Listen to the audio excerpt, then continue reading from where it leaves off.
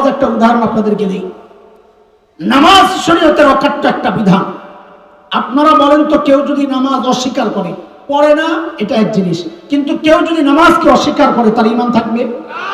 রোজা ঈমান থাকবে? হজকে অস্বীকার করলে ঈমান থাকবে?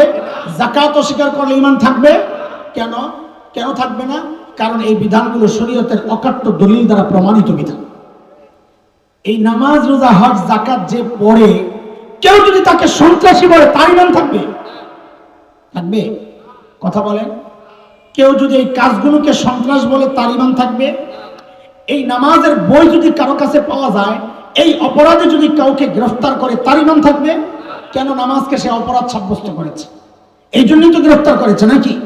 যদি নামাজ অস্বীকার করলে ঈমান চলে যায়, যদি হজ অস্বীকার করলে ঈমান চলে যায়, যদি নামাজকে অপরাধ বললে ঈমান চলে যায়, যদি নামাজীকে অপরাধী বললে ঈমান চলে যায়, শরীয়তের অকাট্য দলিল দ্বারা প্রমাণিত বিধান হওয়ার কারণে, তাইলে জিহাদও শরীয়তের একটা অকাট্য দলিল দ্বারা প্রমাণিত বিধান। তাকে অস্বীকার করলে তার ঈমান কেন যাবে না? মুজাহিদকে সন্ত্রাসী বললে তার ঈমান কেন যাবে না? জিহাদকে অপরাধ বললে তার ঈমান কেন যাবে না? আমরা জানতে চাই। আপনি বলবেন, জিহাদকে অপরাধ কে বলছে হুজুর? হ্যাঁ, বলছে। ওই যে হাসিনার আমলে আমাদের কিছু ইমানদার যুবকদেরকে ধরা হয়েছে। অপরাধ কি? অপরাধ হইলো ওর কাছে জিহাদি বই পাওয়া গেছে। ধরছে? কথা বলেন, জানেন না এগুলা? এখন জিহাদি বই পাওয়া গেছে, এই কথা বইলে যদি কাউকে ধরে, তার মানে কি? তারা জিহাদকে অপরাধ সাব্যস্ত করেছে, এই জন্য বই পাওয়া গেছে, অপরাধীকে ধরেছে। খোদার কসম, এই কাজগুলোর সাথে যারা যারা জড়িত ছিল, এক পরিবার নয়, সবগুলা মুরতাদ হয়ে গেছে। কেন? শরীয়তের অকাট্য বিধানকে অস্বীকার করেছে। অথচ দেখেন, ওই মানুষের খবর নাই আমি মুরতাদ হয়ে গেছি, বরং কেউ কেউ তো দাবি করে তাহাজ্জুদ গুজার ছিল, সুবহানাল্লাহ। কেউ কেউ তো 80 রাকাত তাহাজ্জুদ পড়তো। আল্লাহু আকবার। কত বড় হুজুর! কার কাছে মুড়ি দিলাম, এই হুজুর কই আছে? যাওয়ার পরে না টের পাইলাম এত বড় হুজুর হাতছাড়া হয়ে গেছে। লা হাওলা ওয়ালা কুওয়াতা ইল্লা বিল্লাহ। যে মুরতাদ, তার নিজেরও খবর নাই, তাকে যদি আপনি ধরা দেন ভাই, এইভাবে বলেন না, ঈমান চলে যাবে, কি বলবে জানেন? হুজুর আমার ঈমান গেল কি গেল না, এই ফয়সালা আপনি দিবেন না আল্লাহ দিব। দেখছেন নি কারণ? আবার কি কয় জানেন? আমার ঈমান কেমনে যায়? আমার বাপ হজ করছে, আমার দাদা হজ করছে, এমন ভাবে ঈমানরে বাঁধছে। অথচ শরীয়তের যে কোনো বিধানকে অস্বীকার করলে তার ঈমান চলে যাবে। নিজের খবর নাই, ঈমান চলে গেছে। সমাজের খবর নাই, তার ঈমান চলে গেছে। সমাজও জানে না। যেমন 2013 শাহবাগের গণজাগরণ মঞ্চের কথা মনে আছে আপনাদের? যুদ্ধাপরাধীদের বিচার ত্বরান্বিত করার দাবিতে মঞ্চ বসেছিল। ঠিক আছে, ওই বিষয়ে আমি কথা বলবো না, কিন্তু ওই গণজাগরণ মঞ্চের আড়ালে কিছু নাস্তিক ব্লগার কুলাঙ্গার আমার প্রিয় নবী সাল্লাল্লাহু আলাইহি সাল্লামের বিরুদ্ধে এমন সব কুৎসিত লেখালেখি করছিল, লেখালেখি সারা বাংলাদেশের সব শ্রেণীর মানুষ আল্লামা আহমদ শফি নওয়ারাল্লাহু মারকাদার নেতৃত্বে জেগে উঠল। মনে আছে কথা? ওই সময় এদেশের কিছু ইমানদার যুবক, আল্লাহু আকবার, আমার ওই ভাইদের কপালে চুমু। কেন? তাদের ঈমান আমি দৃঢ়ভাবে বিশ্বাস করি, আমি হাসান জামিলের ঈমানের চেয়ে তাদের ঈমান শক্তিশালী ছিল। কেন? কারণ তাদের ঈমান তাকে এমন এক কাজ করতে বাধ্য করেছে নবীর মহব্বতের কারণে, যে কাজটা আমি করতে পারি নাই। বুঝা গেল আমার ঈমান দুর্বল, অর্থ শক্তিশালী। কি করেছিল তারা? ওই সময়ের কিছু কুলাঙ্গার ব্লগার, এর মধ্যে একটা ছিল রাজীব হায়দার, থাবা বাবা ব্লগ, রাজীব হায়দার। এই রাজীব হায়দারকে হত্যা করেছিল, আলহামদুলিল্লাহ। কিন্তু সমাজ জানে না এই রাজীব হায়দার নবীকে গালি দিয়েছে, ইসলাম থেকে বের হয়ে গেছে। ওই সমাজ কেমনে জানলো না? আমি দুইটা প্রমাণ দেই, খালি এতটুকুই যথেষ্ট। ওই সময় পলাতক হাসিনা সংসদে দাঁড়ায় বলেছিল কি জানেন? রাজীব হায়দার হচ্ছে দ্বিতীয় মুক্তিযুদ্ধের প্রথম শহীদ। এত আস্তে নজবিল্লাহ না, নাম বুঝেন নাই কথা? আরে নবীকে যে গালি দিছে সে তো মুসলমানই না, শহীদ অবগতিকা। বরং তাকে যারা শহীদ মনে করে তার ঈমান নিয়েও আমাদের সন্দেহ আছে। আরো শুনেন, জানাজা হইল শাহবাগে রাজীব হায়দার। কোন জায়গায়? কাফেরের জানাজা হয়? বলেন না কথা। ওরা কারা? যারা জানাজা পড়লো ওরা হচ্ছে রাজীব হায়দার যে ইসলাম থেকে বের হয়েছে, ওই সমাজ জানে না সে ইসলাম থেকে বের হয়ে গেছে। এখন আপনারা কেউ মনে মনে বলতে পারেন, হুজুর আপনার দোষ আছে। আমাকে আবার কি দোষ? বলে আপনার মতো কোনো হুজুরই তো জানাজাটা পড়াইছে, না পড়াইলে তার জানাজা হইতো না। না রে ভাই, আমার ভাইটারে জোর করে নেওয়া হয়েছে। ক্ষমতার দাপট দেখায়া, ওরা ওদের দাপট দেখাইছে, হুজুরের দাপট দেখাইছে, যা পারছে সর্বোচ্চ তাই দেখাইছে। কি করছে জানেন? ওযু ছাড়া নামাজ পড়ে আছে। এটা কি করবা? পরদিন পত্রিকা আসছে, তকবীর দিছে 3টা। জানা যায় তকবীর কয়টা ভাই দিছে? কয়টা? আমি একজনকে জিজ্ঞেস করলাম, ভাই কিরে ভাই, পিছন দিয়ে কেউ ভুল ধরে নাই যে তকবীর 3টা হয়েছে? আল্লাহর বান্দা জবাব দিছে, বলো দারুণ জবাব। কি বলে জানেন? পিছনে যে খাটাসটি দাঁড়াইছিল ওরা জানলে না তকবীর কয়টা। ভুল ধরার জন্য তো জানা লাগবে। ও দোস্ত, কথা এটা না। এই যে মানুষগুলো জানাজা কেন পড়েছে? সমাজ জান্নাত রাজি ভাই তার ইসলাম থেকে বের হয়ে গেছে। দোস্ত, কথাগুলো বলতে আমাদের দ্বিধা নাই, তবে ওই যে অনেকের কাছে কঠিন মনে হয়, আমরা বলি না, এই জন্য আপনাদের কাছে কঠিন মনে হয়। কিন্তু এগুলো আমাদের এই সময়ের সবচেয়ে জরুরি কথা। ঈমান চলে গেলে আপনি যত আমলই করেন আবু তালেবের বেশি কিছু করতে পারবেন না। যত আমলই করে ফেরাউনের মতো এমন একটা দামি আমল করতে পারবেন না। এরা সব জাহান্নামে। তা আপনার এই অল্প আমলে ঈমান ছাড়া আপনি কেমনে জান্নাতে যাওয়া আশা করেন? এটা সম্ভব? এই জন্য ঈমান সবার উপরে, ঈমান টিকেই তো হবে আগে ইনশাআল্লাহ। শোনেন, খেয়াল করেন, এই যে প্রক্রিয়াগুলো নাস্তিকতা, লেখালেখি হয়েছে এমনি এমনি বাস গেছে, ব্যক্তিগতভাবে ফেসবুকে এটা চলছে। কিন্তু আফসোস, যুবক কান খুলে শোনো, সমাজের সচেতন মানুষ কান খুলে শোনো, আফসোস আমাদের গুনার শাস্তি আমাদের কাঁধে এমন এক সরকার চেপে বসেছিল, ইউনূস সরকার, যাদের হাত ধরে বাংলাদেশে নাস্তিকতার চর্চার ব্যক্তি পর্যায়ে থাকে নাই, রাষ্ট্রীয় পৃষ্ঠপোষকতায় নাস্তিকতার চর্চা হয়েছে। আলো চলে গেলে পড়তে হয় ইন্না লিল্লাহ। কি পড়তে হয়? আসলে পড়তে হয় এই 2টা সুন্নাহ। আম্মা জান আয়েশার বড়। কিন্তু আমাদের সুন্নত হলো কারেন্ট চলে গেছে, কি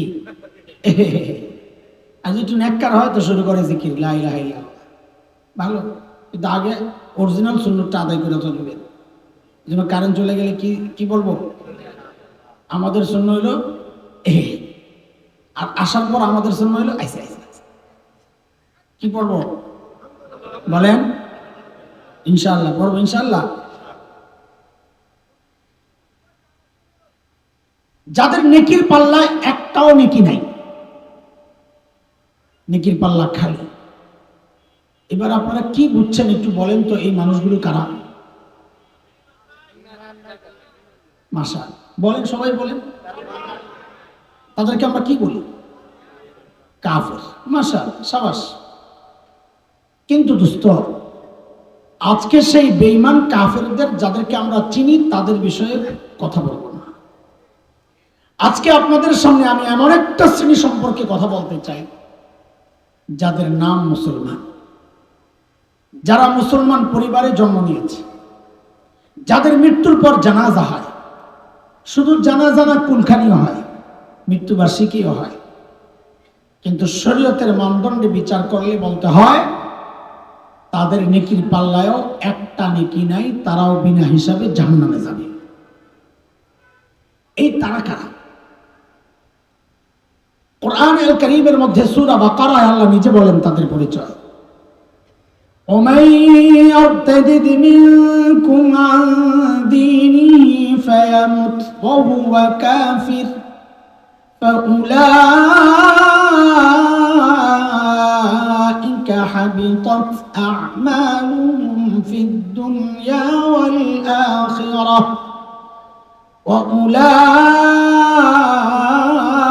وأولئك أصحاب النار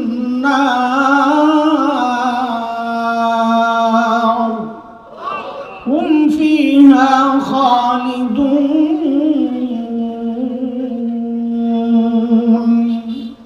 আল্লাহ বলেন যারা মুরতাদ তাদের সমস্ত আমল বাতিল। খুব মনোযোগ, খুব কঠিন বিষয়, ইস্যু কঠিন, আমি সহজ করে বলার চেষ্টা করবো ইনশাআল্লাহ।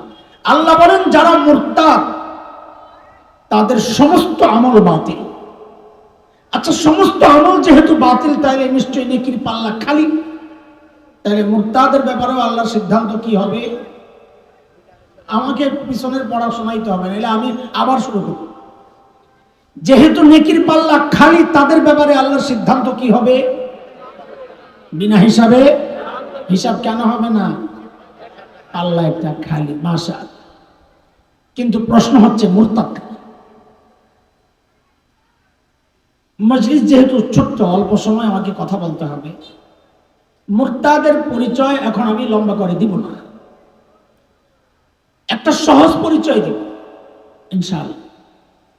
সহজভাবে বুঝেন, মুরতাদ মানে হচ্ছে শরীয়তের যে সমস্ত বিধান অকাট্য দলিল দ্বারা প্রমাণিত, ওই বিধানগুলোকে অস্বীকার করা, তাচ্ছিল্য করা, সন্দেহ পোষণ করা। কেউ যদি করে, সাথে সাথে সে মুরতাদ হয়ে যাবে, সে ইসলাম থেকে বের হয়ে যাবে। বিষয় হলো এটা। কিন্তু আমরা কথা আগানোর জন্য আরো সহজ করি, মুরতাদের একটা সহজ অর্থ বের করি, ওইটার উপর ভিত্তি করে আমরা কথা আগাই। তাহলে আমার সাথে বলবেন, বলেন মুরতাদ মানে হচ্ছে যারা ইসলাম থেকে বের হয়ে গেছে। বলেন মুরতাদ মানে যারা, আবার বলেন মুরতাদ মানে যারা, একটু উল্টায় বলেন তো, যারা ইসলাম থেকে বের হয়েছে তাদেরকে কি বলবে? যারা ইসলাম থেকে বের হয়েছে তাদেরকে কি বলবে? এটা তো বুঝছেন। সমস্যা এটাও না, এটা তো আপনিও বুঝতেছেন, ইসলাম থেকে বের হয়েছে জান্নাতে কেন বলে। সমস্যা এটাও না। তো সমস্যা কি? এতক্ষণ চলতেছে, এখনো মূল পয়েন্ট আসতেছে না কেন? তাড়াতাড়ি করেন, গরম লাগতেছে না? হ্যাঁ, একটু আস্তে আস্তে, কঠিন বিষয়। মূল সমস্যা অন্য জায়গায়, আমরা যেটা আজকে উঠাতে চাচ্ছি। গত শতাব্দীর অন্যতম শ্রেষ্ঠ এক আলেমের নাম হচ্ছে শেখ আবুল হাসান আলী নদভী রহমতুল্লাহ আলাইহি। নাম শুনছেন? আপনারা সাধারণটা নাম শুনতে পারেন, কিন্তু এমন কোনো আলেম নাই যারা এই নাম জানে না। শেখ আবুল হাসান আলী নদভী প্রায় 40 বছর আগে একটা লেখনী লিখে গেছেন। আমাদের বড়দের কি নিখুঁত দূরদৃষ্টি! ওই লেখা যখন পড়ি আমার কাছে মনে হয়েছে তিনি এটা 40 বছর আগে লেখেন নাই, তিনি বর্তমান বাংলাদেশের অবস্থা দেখে দেখে এই লেখাটা তৈরি করছেন। এতটা মিলে গেছে। কি বলেছেন শেখ? মনোযোগ আসেনি আপনাদের? কঠিন বিষয়, একটু খেয়াল করুন। শেখ আবুল হাসান আলী নদভী বলেন, মুরতাদ মানুষ নবীজি সাল্লাল্লাহু আলাইহি ওয়াসাল্লামের যুগেও হয়েছে, সাহাবীদের যুগেও মানুষ ইসলাম থেকে বের হয়েছে, এই যুগেও 1000 গুণ বেশি বের হচ্ছে। আচ্ছা, একটা কথা একটু পরিষ্কার করে নিই, না হয় একটু সংশয় থাকবে আপনাদের যে হুজুর কি বলে। হুজুরে নবীজির যুগেও মানুষ ইসলাম কবুল করে, আবার ইসলাম থেকে বের হয়ে গেছে। হ্যাঁ, হয়েছে। একটা ছোট্ট প্রমাণ নেন এই বিষয়ে। নবীজি যখন মক্কায় ঢুকেন, বিজয়ী বীর, মক্কা বিজয়ের সময়, তো সাধারণ ক্ষমা ঘোষণা করছিলেন, লা তাসরিবা আলাইকুমুল ইয়াউম, বলে আজকে সবাইকে মাফ করে দিস, কোনো প্রতিশোধ দিব না। কিন্তু কিছু মানুষকে নবীজি নাম ধরে ধরে বলেছেন যে এদেরকে ছাড়া যাবে না, যেখানেই পাওয়া যাবে ধরেই হত্যা করতে হবে, এরা মালউন। এই মানুষগুলো কারা? ঐতিহাসিকদের কাছে তাদের বিষয়ে একটু সামান্য ছোট্ট অল্প মতবিরোধ আছে তাদের বিষয়ে। তবে সবচেয়ে গ্রহণযোগ্য মত যেটা, বিশ্ববিখ্যাত আলিম শেখ ইবনে তাইমিয়া রাহিমাহুল্লাহ, তার এক বিখ্যাত কিতাব আছে ওলামাদের কাছে পরিচিত, আস-সারিমুল মাসলুল আলা শাতিমির রাসূল। ওই কিতাবে শেখ ইবনে তাইমিয়া রাহমাতুল্লাহি আলাইহি 15 জনের নাম এনেছেন, যে নবীজি এই 15 জনের নাম বলে বলেছেন এদেরকে যেখানেই পাওয়া যাবে ধরি হত্যা করতে হবে। কয়জন? আব্দুল্লাহ ইবনে খাতাল, কুরতুনা, উরাইনা, সাররা, নাকিস ইবনে সুবানা, হুয়াইরিস ইবনে নাকিদ, আব্দুল্লাহ ইবনে জিবারা, আব্দুল্লাহ ইবনে সাদ ইবনে আবি সারাহ, ইকরামা ইবনে আবি জাহল, হুবার ইবনুল আসওয়াদ, হুবায়রাহ বিনতে আবি ওয়াহাব আল মখজুমি, হারিস ইবনে তলাতিল, কাব ইবনে জুহাইর, ওয়াহশি ইবনে হারব, হিন্দা বিনতে উতবা। এই 15 জনের নাম নবীজি বলেছেন এদেরকে যেখানেই পাওয়া যাবে ধরেই হত্যা করতে হবে। সাহাবায়ে কেরাম তো মক্কায় ঢুকে এদেরকে খালি খুঁজতেছে, আর ওরাও যে যেমনি পাশে পালাইছে। হযরত ইকরামা রাদিয়াল্লাহু আনহু, বিখ্যাত সাহাবী, তিনিও ছিলেন ওই আসামি, ইয়ামানের দিকে পালাইছেন। ওই 15 জনের প্রথম যে নামটা আমি বলেছি আব্দুল্লাহ ইবনে খাতাল। এই আব্দুল্লাহ ইবনে খাতাল যায় পালাইছে কই জানেন? কাবার গিলাফের ভিতরে। বুঝলেন কেন? কি বোকা? ও জানে না মুসলমান মক্কায় ঢুকে মুসলমানদের সবচেয়ে আবেগের জায়গায় কাবা, সর্বপ্রথম কাবার কাছেই তো আসার কথা। ও জানে না এখানে লুকাইলে আমি ধরা পড়বো? জানে না তো কি বোকা? বোকা না, ও ছিল মহাবাটপার। ওরে বাটপার। কোন বাটপার? ও জানে কাবা মুসলমানদের আবেগের জায়গা, ও জানে কাবার গিলাফ মুসলমানদের আবেগের জায়গা, ও জানে। ও মনে করছে মুসলমানদের আবেগের জায়গাটা দিয়ে যদি আমি নিজের জড়াই তো মনে হয় আমার ছেড়ে দিব। যে কাজটা কিছু রাজনীতিবিদ অতীতে করে আসছে, সারা জিন্দিগি ইসলামের বিরুদ্ধে, দাড়ি টুপির বিরুদ্ধে, শরিয়া আইনের বিরুদ্ধে, ওলামাদের বিরুদ্ধে এই বিরোধিতা করলে ওরা জানে বাংলাদেশের মানুষ এই বিষয়গুলোর মহব্বত করে, দাড়িকে মহব্বত করে, টুপিকে ভালোবাসে, হিজাবকে শ্রদ্ধা করে, এটা ওরা জানে। আর জানার কারণে সারা জিন্দিগি বিরোধিতা করলেও যেই দেখবেন নির্বাচন আসে আস্তে টুপিটা লাগায় এখন হাসান বস্তি হয়ে যায়। কথা বলে কেন? আমাদের আবেগের জায়গা দিয়ে আমাদেরকে ধোঁকা দিতে চায়। এই আব্দুল্লাহ ইবনে খাতাল কাবার গিলাফের ভেতরে ঢুকছে। ঢুকলে কি হবে? নিচে দিয়ে তো পাও দেখা যায়। হযরত আলী দেখছেন নিচে দিয়ে দুইটা পাও দেখা যায়। দেরি না করে খোলা তরবারি নিয়ে দিয়েছেন দৌড়।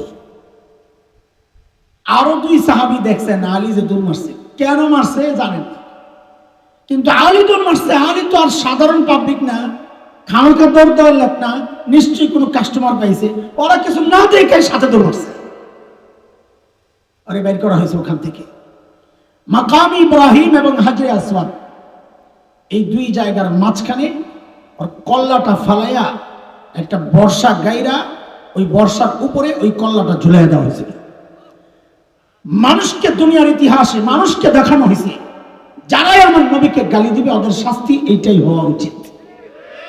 আমি আপনাদেরকে উস্কানি দিচ্ছি না, কিন্তু এটাই এক বাস্তবতা। আপনার পছন্দ হোক বা না হোক এটাই হওয়া দরকার। আপনার বাবারে গালি দিলে আপনার কলজা ছিঁড়া যায়, আপনার নেতারে গালি দিলে আপনি অস্থির হয়ে যান। আরে শুনে, আপনি আপনার নেতাকে যতটা ভালোবাসেন, আপনার বাবা আপনার সন্তানকে যতটা ভালোবাসেন, এদেশের ইমানদাররা তার নবীকে তার চেয়ে 1000 কোটি গুণ বেশি ভালোবাসে।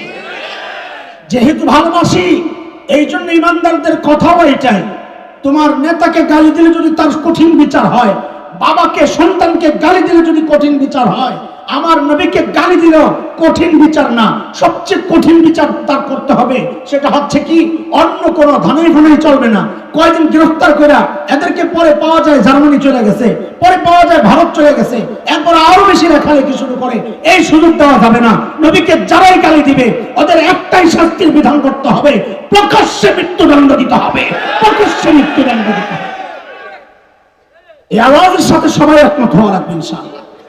এটা কোনো রাজনীতির বিষয় না, এটা ইমানের কথা। দোস্ত, ওই যে আব্দুল্লাহ ইবনে খাতাল, ওই আব্দুল্লাহ ইবনে খাতালের ইতিহাস পাওয়া যায় যে সে নবীজির মদিনায় থাকা অবস্থায় মুসলমান হয়েছিল। পোড়া কপাল, রাখালদেরকে হত্যা করে পশুগুলা নিয়ে পালায়া চলে আসে মদিনার। মক্কায় এসে ইসলাম ত্যাগ করে। তাহলে আমরা যেই দাবিটা করছিলাম যে নবীজির যুগেও মানুষ ইসলাম ত্যাগ করছে, প্রমাণ কি? এই যে আব্দুল্লাহ ইবনে খাতাল প্রমাণ। বুঝে আসছে কথা? কথা শুনেন, মনোযোগ দেন। শেখ আবুল হাসান আলী নদভী বলেন, শুনো, মুরতাদ মানুষ ওই যুগেও হয়েছে, মুরতাদ মানুষ এই যুগেও হচ্ছে। পার্থক্য কি? সংখ্যা। যে ওই যুগে কম হয়েছে, এই যুগে বেশি হচ্ছে, সংখ্যা না দোস্ত, সংখ্যা না। একটা আশঙ্কা আর আতঙ্কার ভয়ের কথা হচ্ছে। হযরত বলেন সংখ্যা না, পার্থক্য হচ্ছে ওই যুগে যারা মুরতাদ হইত, যে মুরতাদ হইত সে নিজেও জানতো আমি ইসলাম থেকে বের হয়ে গেছি।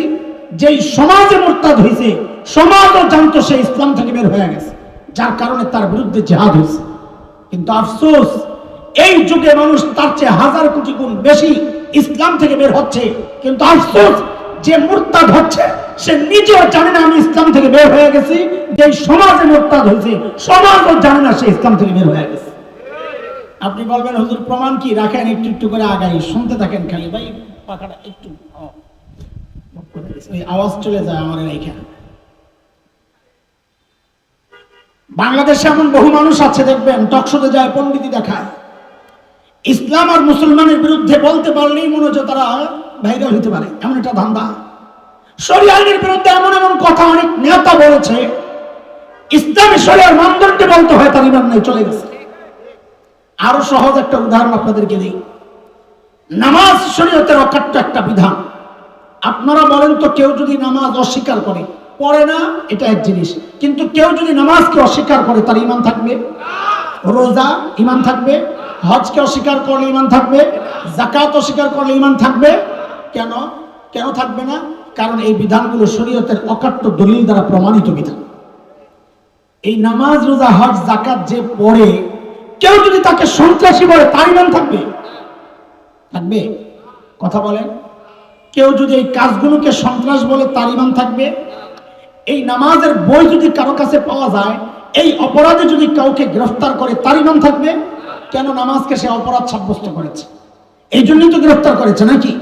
যদি নামাজ অস্বীকার করলে ঈমান চলে যায়, যদি হজ অস্বীকার করলে ঈমান চলে যায়, যদি নামাজকে অপরাধ বললে ঈমান চলে যায়, যদি নামাজীকে অপরাধী বললে ঈমান চলে যায়, শরীয়তের অকাট্য দলিল দ্বারা প্রমাণিত বিধান হওয়ার কারণে, তাইলে জিহাদও শরীয়তের একটা অকাট্য দলিল দ্বারা প্রমাণিত বিধান।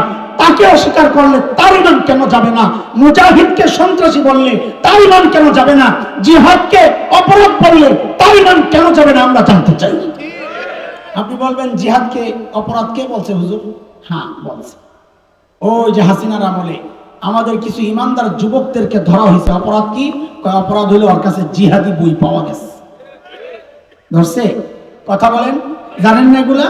এখন জিহাদি বই পাওয়া গেছে, এই কথা বইলে যদি কাউকে ধরে, তার মানে কি? তারা জিহাদকে অপরাধ সাব্যস্ত করেছে, এই জন্য বই পাওয়া গেছে, অপরাধীকে ধরেছে।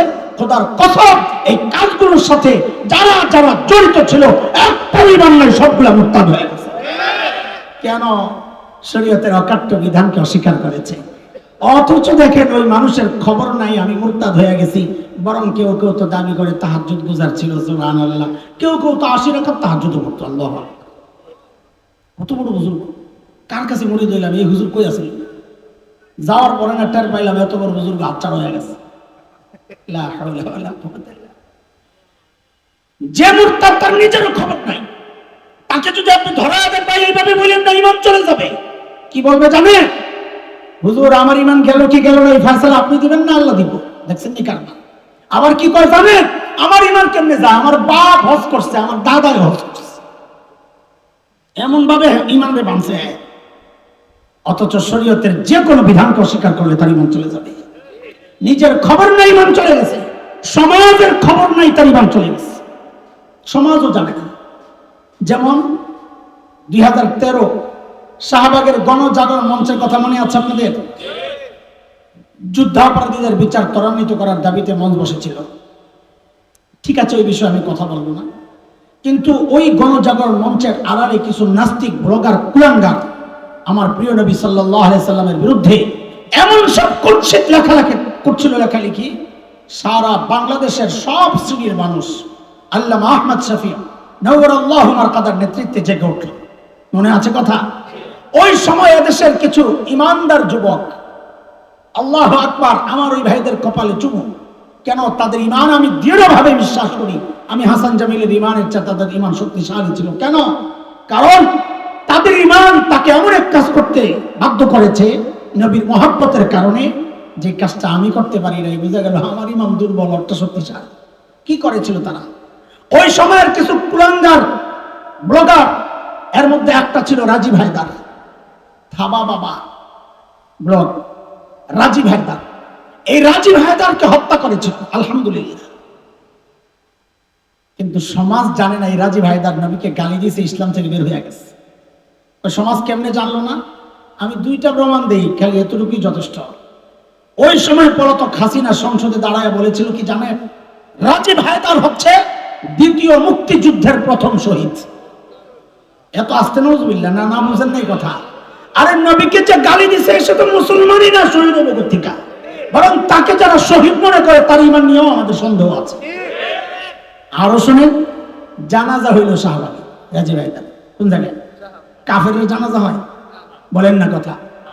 ওরা কারা? যারা জানাজা পড়লো ওরা হচ্ছে রাজীব হায়দার যে ইসলাম থেকে বের হয়েছে, ওই সমাজ জানে না সে ইসলাম থেকে বের হয়ে গেছে। এখন আপনারা কেউ মনে মনে বলতে পারেন হুজুর আপনার দোষ আছে। আমাকে আবার কি দোষ? বলে আপনার মতো কোনো হুজুরই তো জানাজাটা পড়াইছে, না পড়ালে তার জানাজা হইতো না। না রে ভাই, আমার ভাইটারে জোর করে নেওয়া হয়েছে, ক্ষমতার দাপট দেখায়া। ওরা ওদের দাপট দেখাইছে, হুজুরের দাপট দেখাইছে, যা পারছে সর্বোচ্চ তাই দেখাইছে। কি করছে জানেন? হুজুর সারা নামাজ পড়ে আছে, এটা কি করবা? পরদিন পত্রিকা আসছে, তকবির দিছে 3টা। জানাজার তকবির কয়টা ভাই দিছে? কয়টা? আমি একজনকে জিজ্ঞেস করলাম, ভাই কিরে ভাই পিছন দিয়ে কেউ ভুল ধরে নাই যে তকবির 3টা হয়েছে? আল্লাহর বান্দা জবাব দিছে, বলো দারুণ জবাব। কি বলে জানেন? পিছনে যে খাটাসটি দাঁড়াইছিল ওরা জানলে না তকবির কয়টা। ভুল ধরার জন্য তো জানা লাগবে। ও দোস্ত, কথা এটা না। এই যে মানুষগুলো জানাজা কেন পড়েছে? সমাজ জানে না রাজীব হায়দার ইসলাম থেকে বের হয়ে গেছে। দোস্ত, কথাগুলো বলতে আমাদের দ্বিধা নাই, তবে ওই যে অনেকের কাছে কঠিন মনে হয়, আমরা বলি না এই জন্য আপনাদের কাছে কঠিন মনে হয়, কিন্তু এগুলো আমাদের এই সময়ের সবচেয়ে জরুরি কথা। ঈমান চলে গেলে আপনি যত আমলই করেন আবু তালেবের বেশি কিছু করতে পারবেন না। যত আমলই করেন ফেরাউনের মতো এমন একটা দামি আমল করতে পারবেন না। এরা সব জাহান্নামে। তা আপনার এই অল্প আমলে ঈমান ছাড়া আপনি কেমনে জান্নাতে যাওয়া আশা করেন? এটা সম্ভব? এই জন্য ঈমান সবার উপরে, ঈমান টিকাইতে হবে আগে ইনশাআল্লাহ। শোনেন, খেয়াল করেন, এই যে প্রক্রিয়াগুলো নাস্তিকতা, লেখালেখি হয়েছে এমনি এমনি বাস গেছে, ব্যক্তিগতভাবে ফেসবুকে এটা চলছে। কিন্তু আফসোস, যুবক কান খুলে শোনো, সমাজের সচেতন মানুষ কান খুলে শোনো, আফসোস আমাদের গুনার শাস্তি আমাদের কাঁধে এমন এক সরকার চেপে বসেছিল, ইউনূস সরকার, যাদের হাত ধরে বাংলাদেশে নাস্তিকতার চর্চার ব্যক্তি পর্যায়ে থাকে নাই, রাষ্ট্রীয় পৃষ্ঠপোষকতায় নাস্তিকতার চর্চা হয়েছে।